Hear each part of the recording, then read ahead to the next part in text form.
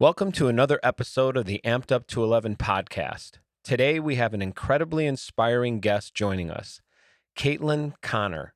Raised in a small town in central Texas, Caitlin's life took a dramatic turn just before her 24th birthday. A motorcycle accident led to the amputation of her left leg while she was newly pregnant. But her resilience and determination have made her a beacon of hope and empowerment for many. Caitlin is not just a survivor, she's a trailblazer. From participating in adaptive sports to founding the groundbreaking nonprofit, Be More Adaptive. She's on a mission to create a more inclusive world for individuals with disabilities. She's also a model, public speaker, and a proud mom to her daughter, Tinley. Get ready to be inspired by Caitlin Connor's story of courage, determination, and relentless positivity.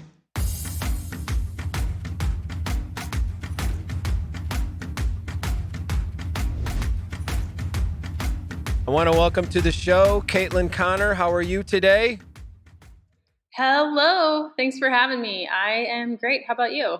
We're doing fantastic here in beautiful Joliet, Illinois on this summer day. Such an incredible pleasure to meet you, Caitlin. And, it's hard for me to sort of look at the last 10 years of your life and think, yeah, we can cover all this in a podcast that's 1 hour long. I'm like, no, there's no way. There's so much. I was thinking about you this morning on my drive in, and I thought, we're lucky here. We're knocking on 50 episodes. We've been doing this for a couple of years. Our audience is growing, and I was thinking, I'm lucky enough to interview amputee mothers. Sometimes I'm lucky enough to interview amputee adaptive athletes, high performers, right?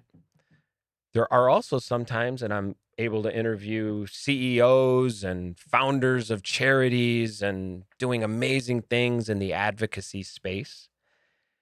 And then every once in a while, it's rare, but every once in a while, there might be someone in media, maybe a model or someone in advertising or things like that. And then I thought to myself, holy S, this girl has done them all. She's done them all.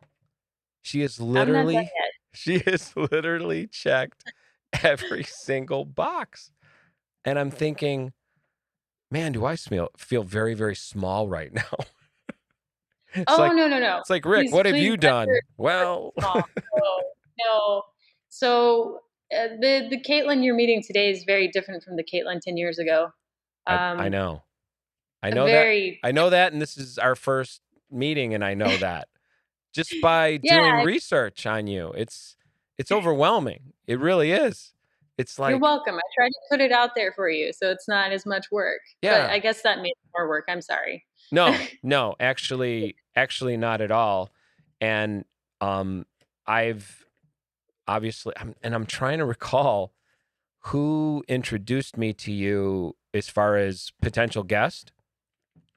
I wasn't able to trace it back. But I had put the feelers out, many, many months ago, and I was just thrilled when you reached out and said, "Hey, I think the timing's right. We should do this. Let's go." Well, thank you.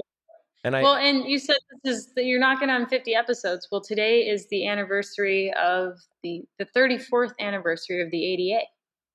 oh, wow. I did not know So that. it's 34 years. We still have a lot of work to do. Yeah. But yeah, I mean, without the ADA, we wouldn't be where we are today as individuals with disabilities. Yeah, that's true. And I mean, I can look back 10 years ago from when I was first an amputee, and boy, has it changed. It really has. Even just from a technology standpoint, like I think about my first prosthetic to what I have now.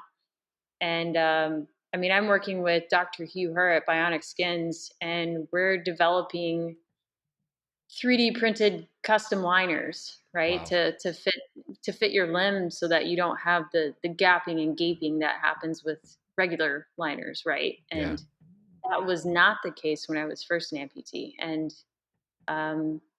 yeah, I'm glad to see progression and a And I'm forward hearing this a motion. lot about the custom liner concept. I'm Mhm. uh I'm not at that point. I'm still using a traditional gel liner, and everyone I've spoken to in the competitive space, in that high performance, athletic space, has told me like you cannot run, a marathon in a standard gel liner. You just can't. It's going to misshapen, it's going to buckle, it's going to do things because it's great for everyday use and walking around and light duty, let's call it.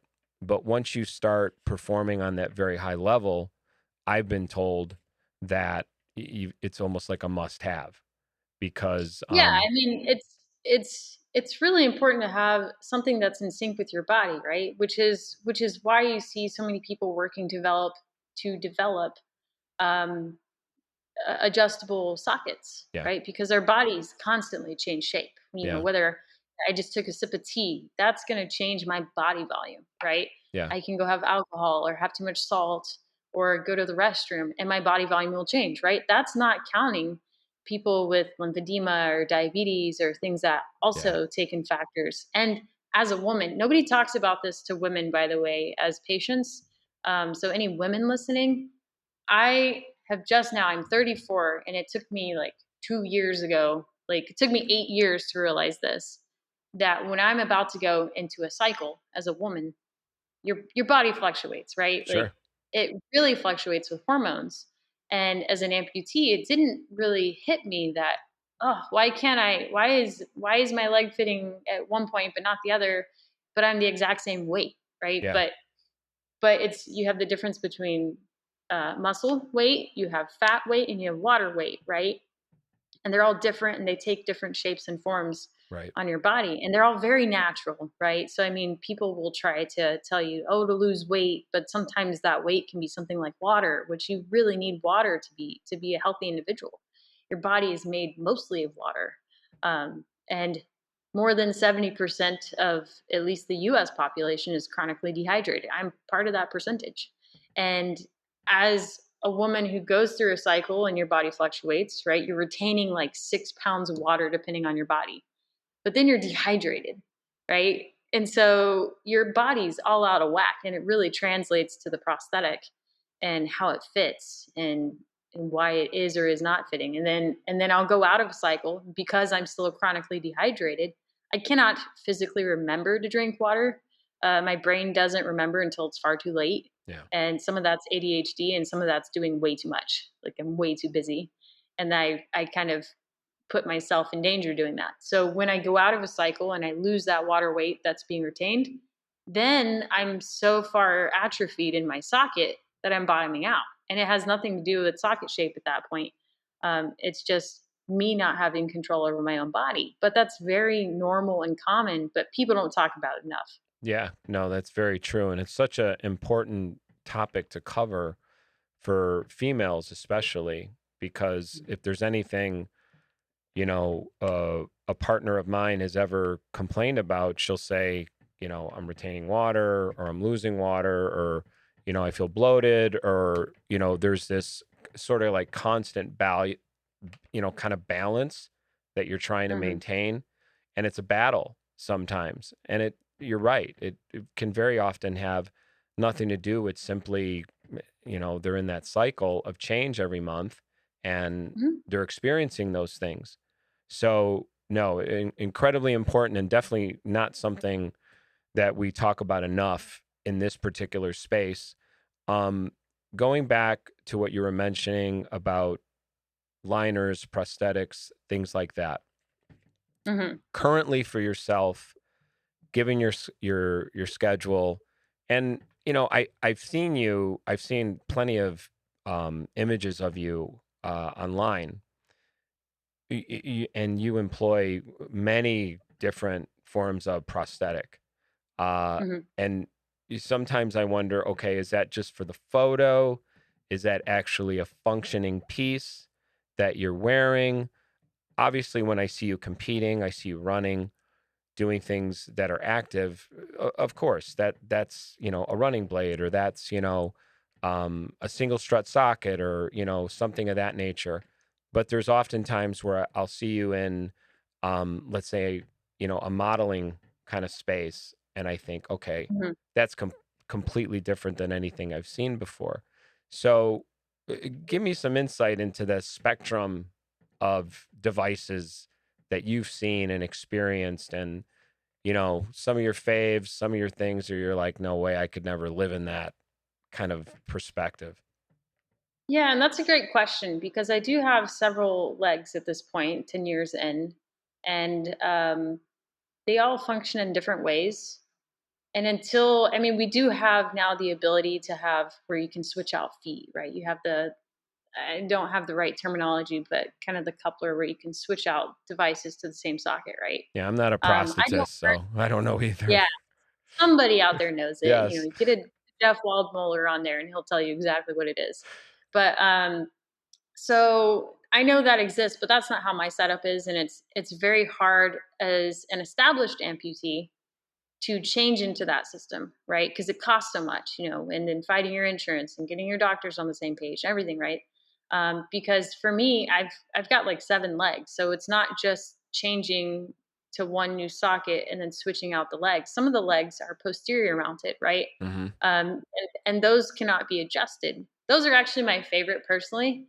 When they're done really well, they're super lightweight, they're very in sync with your body, but you can't change them out. And that was, if anybody's out there trying to create something like fixing this posterior mounted issue would be amazing to be able to add this changeability to a Yeah. posterior mounted socket would be great, because it's lighter and it's in sync with your body.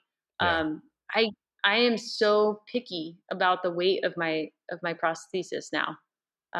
Just having done what I've done and been an amputee for 10 years sounds long to a newer amputee, but it's really not that long. Right. Um, but I mean, so I have to remember all of my legs. I have my everyday leg. I've got a couple posterior mounted legs, a running blade. I've got now a speed skate prosthesis that we've been working on. I do have a high heel leg, which I'll use for figure skating as well. So some have multi purposes. I have a rock climbing foot, which is only good for rock climbing. Yeah. And yeah, so it depends on what I'm trying to do and just being prepared by having that. Yeah. And that's, you know, something that most people will get into this headspace of, well, how is that person doing all of these things? And, you know, why am I, you know, not advancing? Why am I not thriving? Right. So Yeah. it naturally segues into that conversation of what is so incredibly problematic about obtaining prosthetics. And I guess the thing that I struggle to wrap my brain around is the idea that the people that need the best adaptive devices to get back to normal are the ones that don't qualify for those devices. If someone is fit, if someone is typically younger, has a very, very active lifestyle, has, you know, some sort of appeal, you know, to marketing, let's say, a product, um, they tend to exist in that space of, hey, I've got all the best gear, I've got all the latest equipment Hmm. that I need. So when you look at that coming from, you know, your experience as an amputee, how does it make you feel when you see people get stuck in that space of, Well, I can't get what I need? let me start with the most important thing I can say about that topic is comparison is a killer, right? Like everybody has gotten to where they are from their own scenarios and their own experiences. And so when you compare yourself to somebody else, you're setting yourself up for failure. And I do this all the time, right? This is advice that I have to follow, because I've got friends who are Paralympians too. And I went down the Paralympic pipeline for a hot minute and then realized very quickly it wasn't what I actually wanted. Hmm. Um, And then I had to accept that I'd used years of my life trying to go to the Paralympics, and then it wasn't what I wanted. But you learn so much when you do these things. So I mean, the best thing you can really do is just get out there and try something and experiment and try new experiences. Yeah. But as far as access, the biggest issue we have is accessing resources. So, which is why I created Be More Adaptive. And it started out, Be More Adaptive is a 501c3 nonprofit. It started out a Facebook group.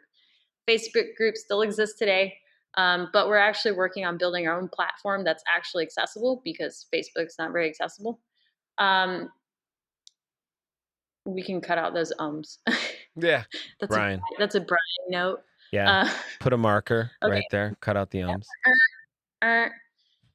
So I created Be More Adaptive because of my own personal experience as an adaptive athlete. Originally, it was called The World of Adaptive Sports and Fitness, which is a very long name. It didn't suit well for a website domain. So yeah, right. I shortened it, and it ended up being probably one of the better choices because originally the group was around accessing sports with disabilities. It started out with basically a bunch of my friends who were amputees and wheelchair users, and then eventually it grew into all types of disabilities, and it needed to. And then because so many people need access to sports and sports equipment and training and just being healthy individuals Yeah.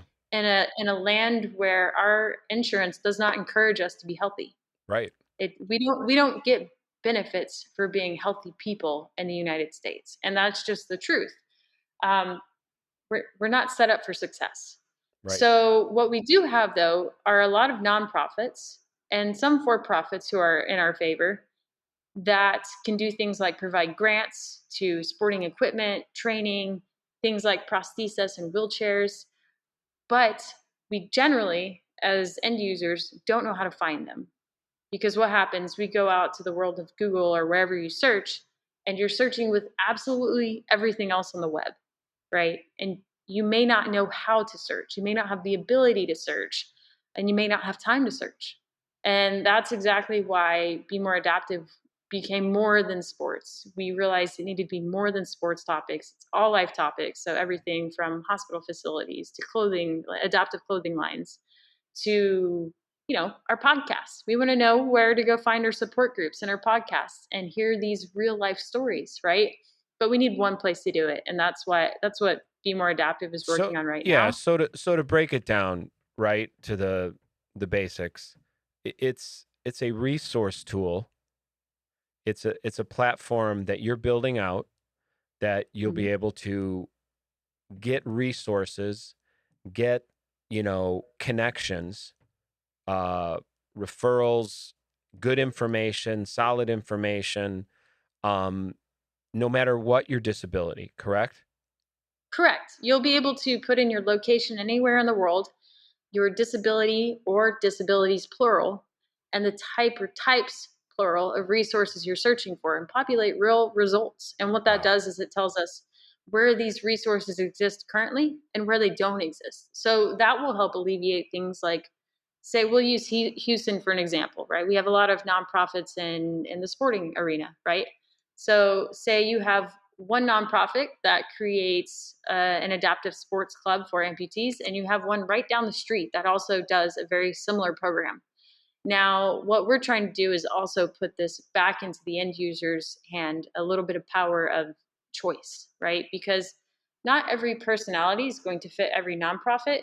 And the nonprofit side feels that too, right? Yeah. Maybe they can't fill every need. So they feel pressured to start these new programs that might already exist in the city that they may not even know about. But what that does is that nonprofit creates, they'll get a lot of funding for this program, they'll pull more volunteers, but that can kind of hurt the other nonprofits that exist.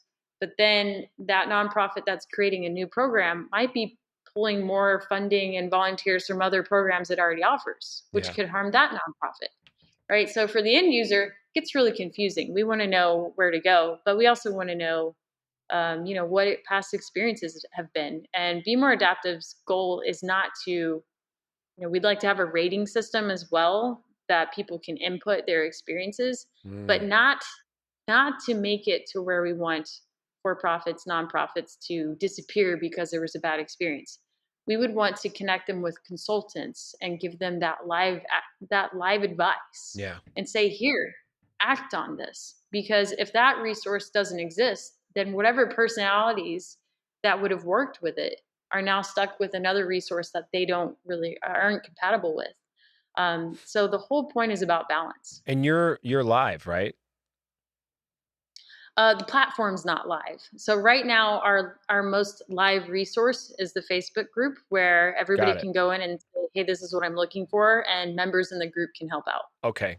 So this is going to become, I could see like massive potential for something like this, Mhm. because to have a hub, right, that you Mhm. can draw vetted information, real-time information about a specialty, like you mentioned, a podcast, some form of PT, some form of OT, a prosthetist, a therapist. I mean, the possibilities are huge. I mean, the potential to provide, let's call it this, digital, kind of yellow pages of here's all the things that you need, and you can pick and choose your path here.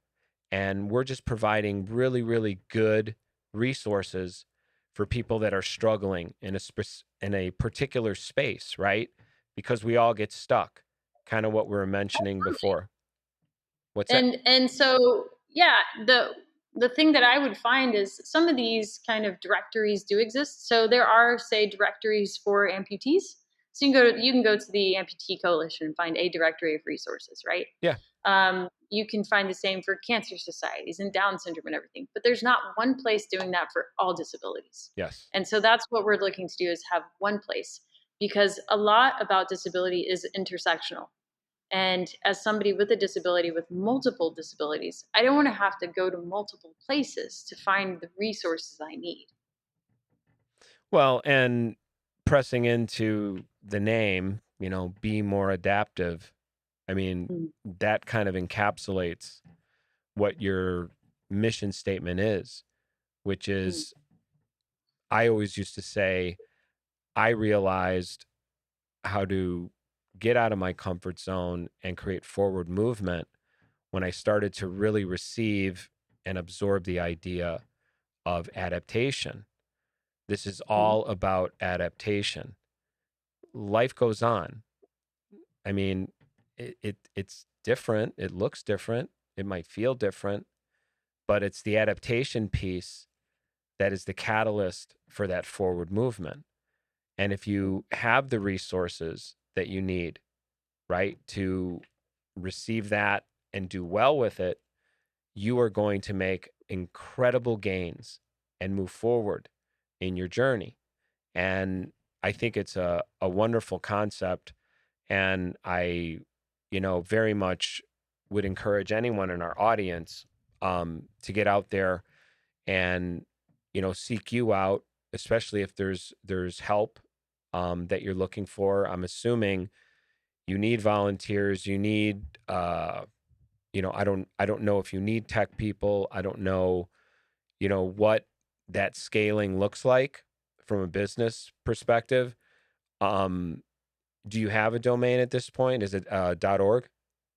I do. So we have bemoreadaptive.org. Okay. And so we're building the platform, right? And our first immediate need, of course, is funding. But other things that we'll need beta testers. So our Facebook group has about 2,000 people, all of which can be beta testers, but we'll need far more, because the most important thing of creating this platform is making sure that we have people with lived experience giving this insight to us from the very beginning. Because Yeah. if we create a product that we haven't utilized somebody's lived experience, then we're just going to create something that's going to have so many bugs. It's going to have more lack of access. This is what you see across products that already exist, right? They haven't first gone to the community and said, hey, what do you need? Because most of the time, people with disabilities have already found their workarounds. Yeah. They've already said, hey, this works, hey, this doesn't. And so if there's a business out there that's listening right now, you need to start with the disability community first. If we talk about things like AI technology, the biggest mistake AI technology is doing is not first going to the disability community on like any level of AI, right? It doesn't have to be about disability. It's our community has figured out how to make things more accessible. And by us making it more accessible, it doesn't make it inaccessible for somebody without that disability, right? This is where universal design comes into play, and it's Yeah. really important. So beta testers for sure. And then, will you use UX, user experience technicians and UI technicians at some point? But yeah, I mean, we're ready to start building the platform. Look at you. I've been planning this out for years. The org has been an official org since 2018, but the group has been in existence since 2016. So we've had years of seeing what works and what doesn't work. And now we're ready to create the actual platform. And the concept is the things that exist now, the resources that exist now, this gives them a way to be learned about as well. So this doesn't harm those. So a lot of people have had hesitation about working with this concept, feeling like we would be taking from them. Sure. And I totally understand that. That is something that we want to solve especially in the nonprofit realm and especially in the disability community, because we are fighting for funding. We are fighting for people to use our products and benefit from grants. And if we don't use the grants, we lose them, right? Yeah. But part of that is understanding that we can't keep placing pressure on the end user or the person using grants or the disabled person to only stick with one brand, because disability is expensive. Yeah. And I learned that firsthand with sports. I can get say a running prosthesis from the Challenge Athletes Foundation, but that only provides me the running prosthesis during that year, right? Mm-hmm. What about training? What about nutrition and um, you know travel, right? All of that is expensive. So sometimes you find yourself needing multiple orgs. And what the organization side has been missing is that by allowing the end user to go to multiple orgs, it doesn't keep them from coming back. They're not going to be like, oh, forget that org. No, we still have needs. Right. We still need that resource.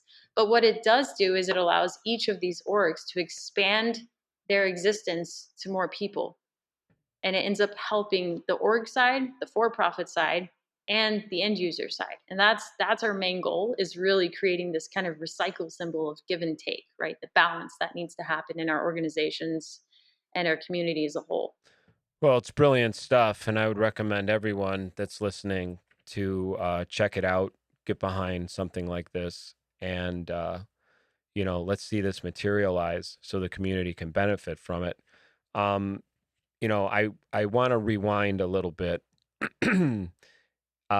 Your specific set of circumstances in terms of how you became an amputee is pretty well documented, and Mhm. it's it reads like a Hollywood script. I mean, it's one You of the can't make it up.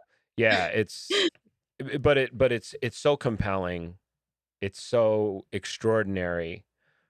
Uh, when I first sort of dove in and started researching what had happened to you 10 years ago, I could only reflect on my own life experience in terms of you having an accident, finding out you're pregnant, approaching tremendous life changes, being a new mother, being a brand new amputee, um, and also finding your active self, right? Because Mhm. that was the moment that you said, well, I want to be able to chase my daughter around. I want to be able to run away if there's danger. I want to, I want to serve my family to the best of my ability.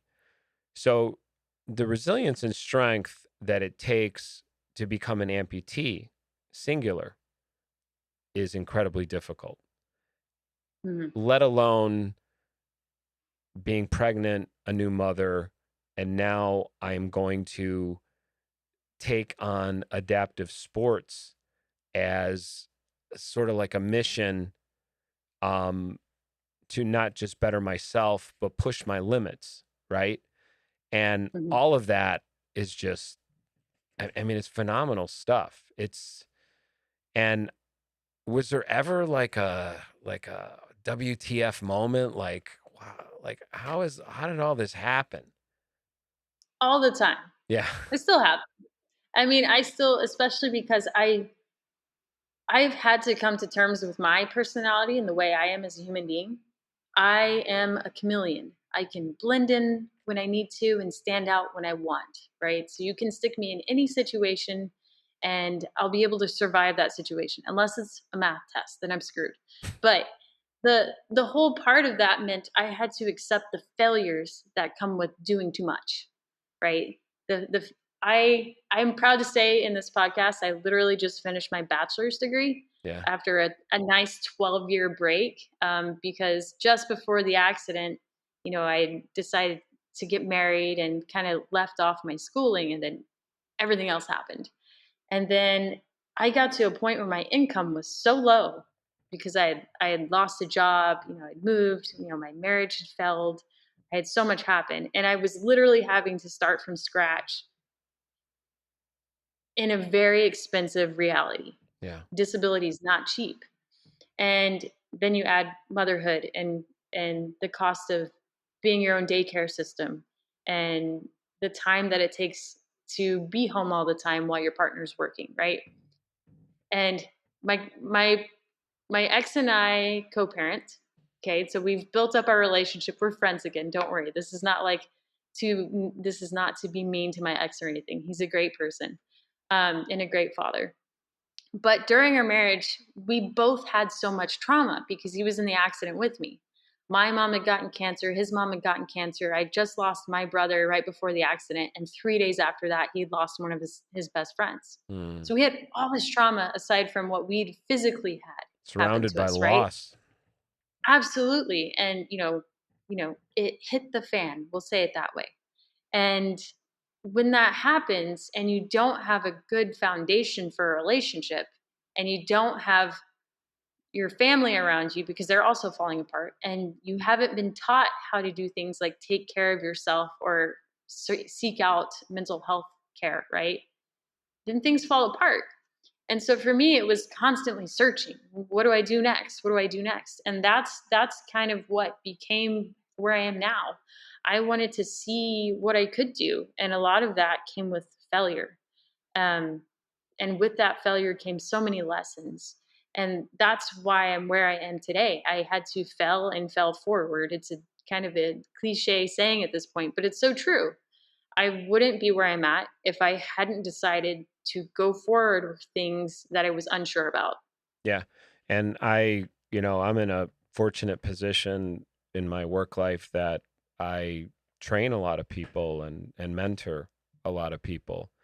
And I will always say to them, you do realize that success is built on a mountain of failure. Hmm. It's built on a mountain of failure. It's just how life And is. it's constantly changing too. And I remember, okay, throwback. I was in high school and I decided I wanted to compete for Fair Queen.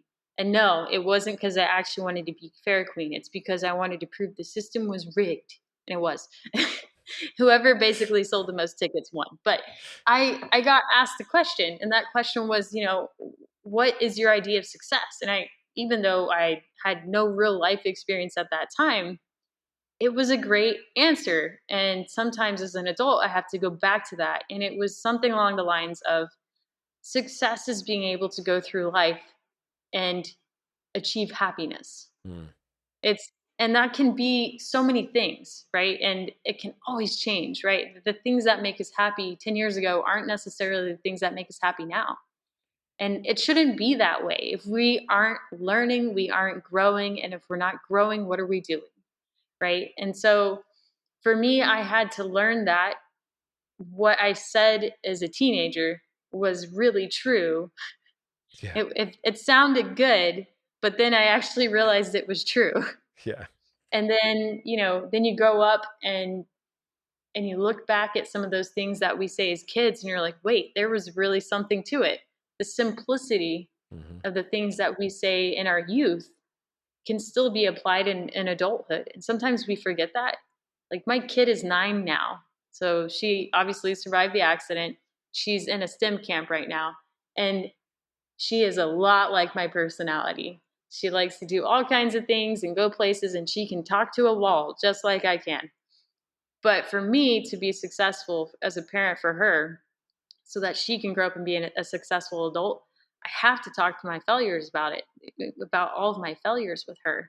Yeah. Because if I don't, I paint this false picture of, oh, you just wake up and you're successful. Yeah. And then what happens?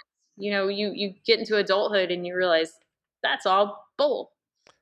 Well, I think amputees get into that space because I'm in plenty of, social media community groups, and I do a lot of different, talks and meetings and things. And I know where this is going. the fact that most amputees tend to get into this headspace of it's like there's these super glamorous high performers, doing all the cool stuff, wearing all the cool stuff, the best blades, the best this, the best that. And, I'm over here suffering because, I don't know, I'm not the golden child. I'm not the one that gets you know, all the great stuff. And, you know, I tend to want to re-examine that with people and say, well, what is your goal?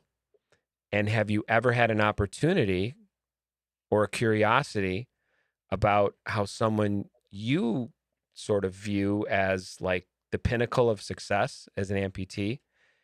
Have you ever asked them, Hmm. what did they go through to get there? What trials, what failures, resonating what you said. Um, because I'll say to someone, I can promise you that it has been a daily siege, that it has been clawing and scraping. It has been nothing but blood, sweat, and tears to get to where they are now. And you don't see that. Nothing, Go ahead. nothing is free. Yeah. Nothing is free, right? You can be given a free blade, right? But what does that come with? That comes with a lot of pressure, Yeah. pressure to do something with it, pressure to constantly stay intact with whoever gave that to you, right? There's nothing for free. Right. And when you see these high performers, right? These people that are all over media. I've been all over media, right?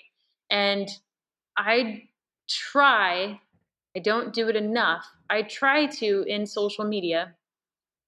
I also work marketing as my day job, so I do social all the time. I'm on so many platforms under so many different algorithms. My brain wants to explode, right? Yeah. So on my platform, I actually don't do enough work on my own platform, my own branding.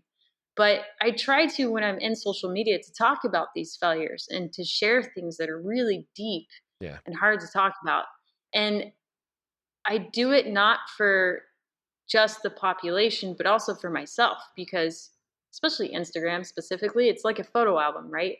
You go back and you see this great photo, but then you go read what you wrote and you're like, oh, that's what I was feeling like.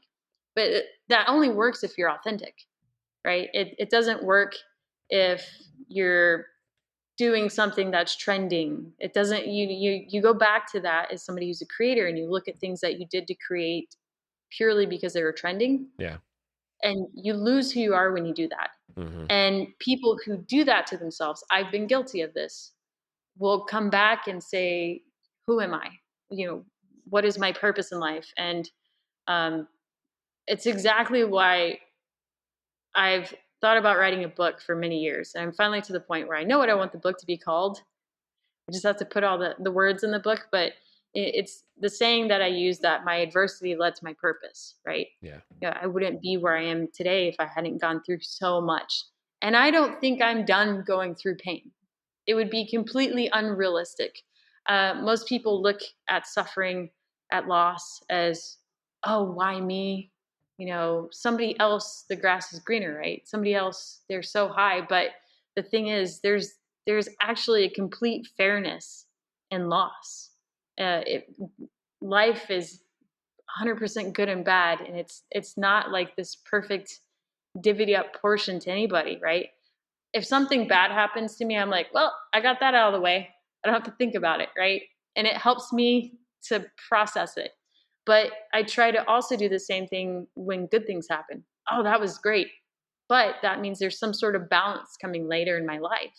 Um, Well, I still have one parent left. That parent's gonna have to die, right? yeah. I have a partner. I have a kid. I'm constantly thinking about what happens if I die too early.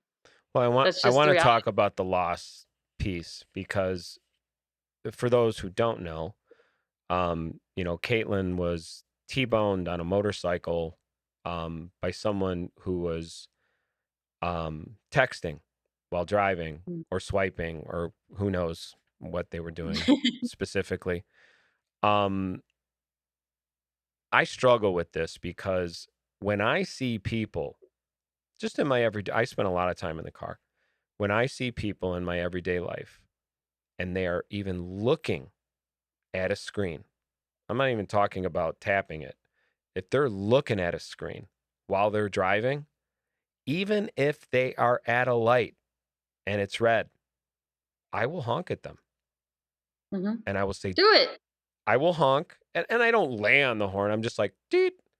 And I'll look at them and I'll say, don't do that. I'll say one thing though. If you're in Houston, don't honk. You'll probably get shot. Don't do that in Houston.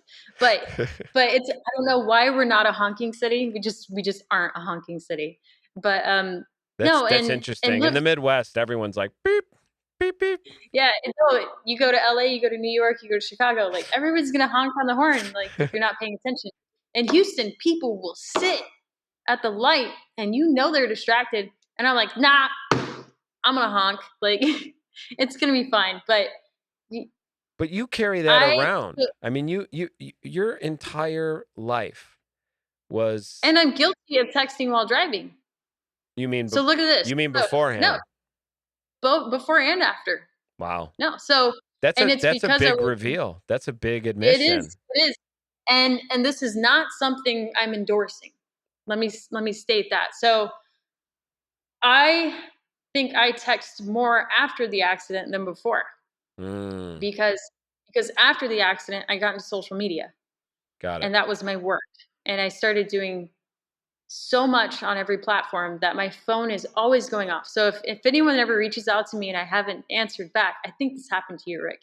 If I haven't answered back, it's because I'm on so many different accounts all the time. Yeah. I've just recently gotten some friends actually who are also amputees, to help me take on some work, because for so long I was a yes man, a yes woman, right? You say yes to everything because you're trying not to miss an opportunity. Sure. And I'm no longer that person. Yeah. I have had to learn my value and understand that my time is worthy of not sharing all the time. And Absolutely. so, more recently, after getting help, right, is the times where I'm like, you know what? I don't have to answer that. It's really not that important. And so, as somebody who has both been hit by a car from somebody texting while driving, I would die on the spot if I were the one who did that to somebody else. And I know that. And so I've had to learn to teach myself to kind of shut down my brain. And it's because the way we receive media, the way we receive messaging even is toxic.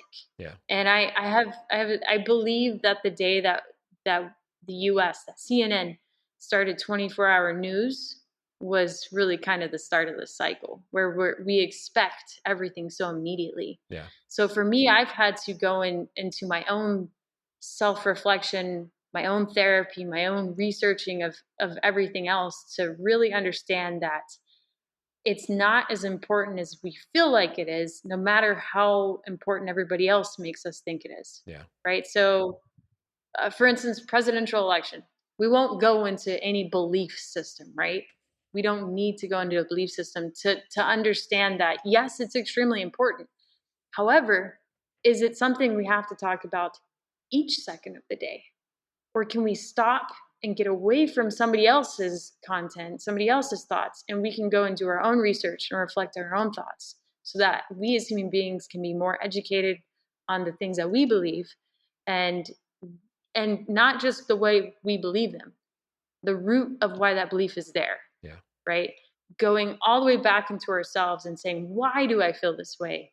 And kind of removing those outside sources first, and then understanding who we are as individuals before we make these decisions. And it's the same thing with ableism, right?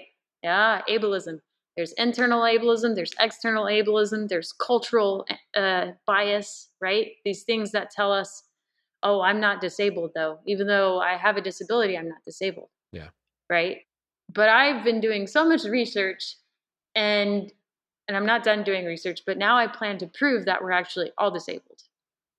Currently, everyone. So the WHO says 16% of the world has a disability, right? But 50% of the world can't even receive a diagnosis.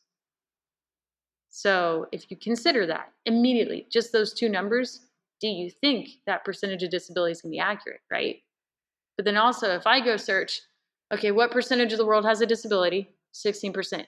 Okay, what percentage of the world has a physical disability? If you change the words.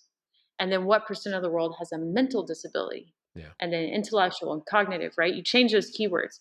You will start to see so fast just how wrong the statistics are on disability. And then you add things like internal and external ableism and cultural bias, right? That inability to claim disability because you will be kicked out of the house or you won't get a job or whatever, right? Those statistics are wrong. And then the internal ableism, right? That really deep-seated belief that if I am disabled, something is wrong with me, right? I have become so much more of a human being since realizing and accepting disability in my life on mental or on so many levels, mental, physical, seen, unseen, right? That I can't picture my life without disability now. Yeah. And it always goes down to personal preference, right? Like we're allowed to feel like we're not disabled and to not identify that way. That's okay. For me, the reason why I want to prove this, though, is because it goes back to that thought process. If we don't use it, we lose it, right? So if we don't prove it, who's going to make it?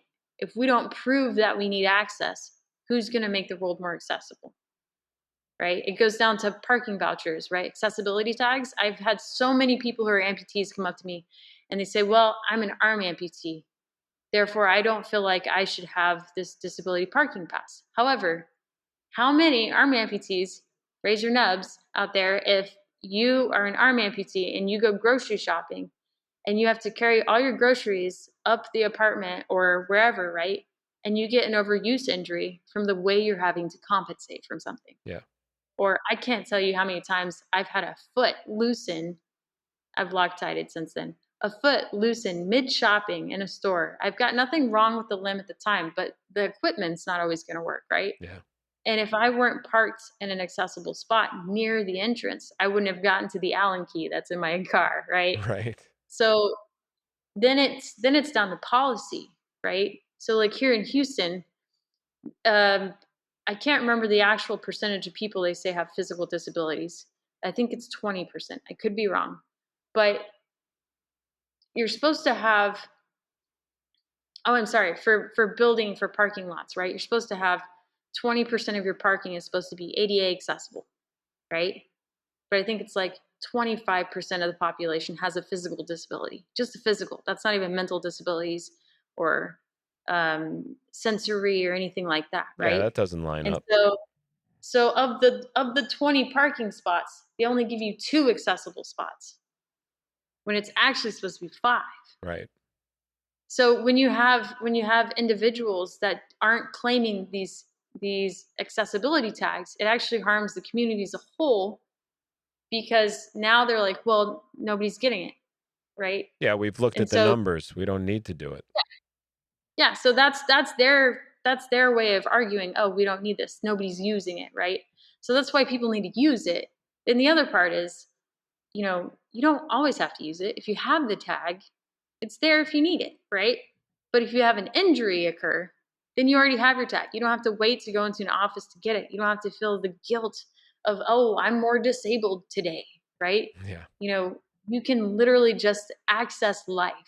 and be more accessible and more contributive to society and yourself as a human being. No, it's a great point, and I myself have, you know, definitely am guilty of. I refer to it as overcompensating, where Mhm. it's like I'll stop myself and say, okay, am I trying to prove something to everyone else, or am I just trying to prove something to me? And how do I Mhm. parse that out? Because, my friends, I'm in my 50s, and a lot of my friends tend to break into two categories.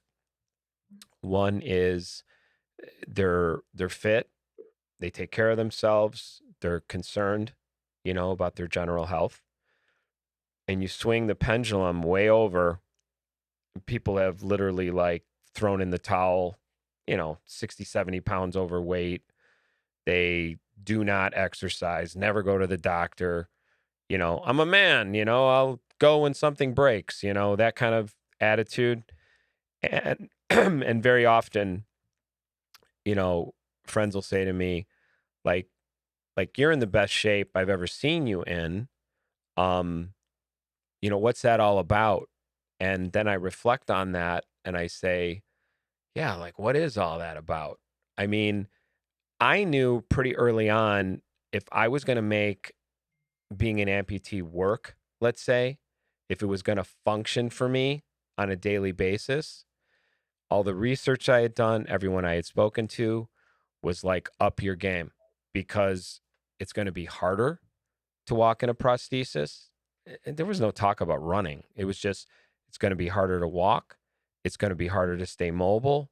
It's going to be, everything gets harder when you experience limb loss, because, like you said, there's that overuse, there's that compensating for what isn't there. So I got in this mindset of, I've got to do this.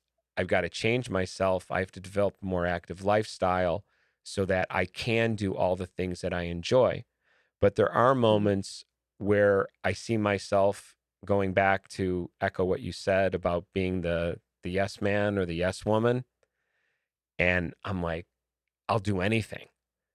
Oh, we want to do this 5K. Oh, yeah, I'm doing it.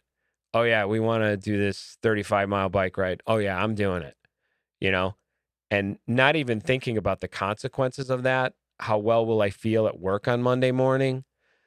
How well will I feel at my granddaughter's birthday party? You know, am I going to push myself so hard that I get sick? Like just under the weather, not preserving my sleep, not preserving my time, because I'm trying to prove something, that I'm this super, super active dude.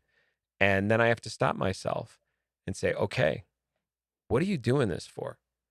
Like, who Mhm. are you There's doing? a couple layers to that too. Yeah. So, I mean, it's very common. What you just said is so, so, so common. I still have a wheelchair at my disposal because I know that we have good days and bad days. And it's really, and I use an Eyew Walk in the evening time, right? Okay. I totally can put on my prosthetic, but sometimes you just want something quicker. Or, you know, when I have a sore on my leg, um, then maybe I need a device like that so that I can, How do you just like be more that? active. How do you like that I walk? I consider it a great device, a temporary device, right? I do think that, of course, everything depends on your body, right? So the iWalk is not for somebody with unstable hips or knees, or you have to be able to control the device, right? To me, it's safer than using crutches. I've fallen more on crutches. I've never fallen on my iWalk, right? Mm. This is not an endorsement. I do love the iWalk, and I love the people I walk. So this is not a paid advertisement. I promise. No, it is not. I've had mine for years, and the best thing is, like, when you come across, I had two. I recently, like, oh, I'm gonna get the new one, and then so I had a backup, and I was like, great, I'll use it for the pool or something, to get out of the pool, so I'm not getting my prosthetic all wet all the time. And then I had it in the car, and there's this guy getting out on regular crutches. He's not an amputee, but he, like, broke his ankle or something, and you could tell he's in the beginning of his injury, and he was in scrubs. Okay, so this is somebody who is a medical professional. Yeah. And I walked up and I was like, hey man, I know this is awkward, but I got a device that will help you not fall when you're going up because he was about to go upstairs. I was like, and you'll be able to, maintain your muscles so from atrophying so much, and you'll keep working on your hip flexors, right? And he's like, yeah, let's go. And then I set him up. It was real awkward because you have to do like a crotch strap, and I was like, hey bud, sorry. But he was cool with it. It was fine. Is But it called the crotch strap? no, Eyew Walk is probably gonna wrist slap me for that. But Oh I my was like, gosh. hey man, I just need you to hold your stuff away for a second, so I don't pinch anything. Leave it to me to walk up to a Wow. stranger and then it I really had the close to weirdest them. interaction with an amputee today. Yeah, no, but that guy was like, wow, this is great. And I was like, yeah, now you can go tell patients maybe that might need something that's gonna be a little safer, right? Because Yeah. traditional crutches are not safe. A lot of people that use crutches on the day will definitely go for arm crutches over that for sure. But so I do keep those devices around because I do expect to have bad days. Yeah. And I'll give you my biggest trick as an amputee when you get a sore or a blister, and it's called a tegaderm, but it's a 3M tegaderm, but it has the CH gel. It has a little gel pack. Can't remember what it's called, but um, instead of wearing because some people can't not wear a prosthesis, right? That you can't get away with it. You have to work. One of my friends was a roofer, and he had this massive sore, and he had to get up on the roof as an amputee with this incredibly bad sore on his limb. Yeah. And if he were to keep doing that, he could cause further damage to the tissue, to the bone, possible infections, which can lead to things like staph infections or further amputation, revisions. We want to avoid when possible. So preventables, right? Yeah. The tegaderm is a preventable because then instead of your skin taking on the impact, the tegaderm takes on the impact. But the best part about this gel one is it kind of heats up to your body and it shapes to your body. So it doesn't make wearing a prosthetic so difficult. Mm. The downside is they're expensive. Yeah. So you want to talk to your doctor about saying, hey, I need you to try and get these into the facility and explain why, and that is preventative care. Because a lot of the times the doctors don't know about this and that it can be used that way. So like I've told mine, and so now he wants to have that in stock for his patients, right? So it's easier for a doctor at a medical facility to gain access to these bulk orders than it is for us. Otherwise, it's like $25 a pop, and that's expensive. And if you have to wear them, they'll last a few days. If you try to keep them dry, if you shower, they can last a week. But you you can't just afford to keep doing this depending on how bad the sore is. Definitely don't ignore a sore. Definitely, if you're a patient listening to this right now, wound care is so important as an amputee. Oh, Don't yeah. ignore it. It's not worth surgery. It's not worth losing more of a lever that you'll need for prosthesis. But you have to sometimes just take a day off. Yep. Like I've had folliculitis from the hair follicles. I used to try and shave my leg as a new amputee. I don't shave it anymore. I'm like, hey, this leg reminds me of my brother now. My brother passed away. It looked just like his leg hair. Yeah. So I'm like, it's my brother. And so for me, that's how I prevent it. I don't shave the leg anymore. But when I had folliculitis, I ignored it. It turned into 250 sores and staph. Wow. And if I hadn't gone to the hospital when I did to say, hey, something's wrong, then it would have been an issue. And that meant taking 2 weeks off the prosthesis, which was really hard. But it's also where, assistive devices like my Eyew Walk came in. There's plenty out there. But use what you have, and sometimes airing it out and keeping it clean is the best thing you can do. But one other note on what you were talking about is, as a man, okay, this is very common for men across the board, especially men with disabilities.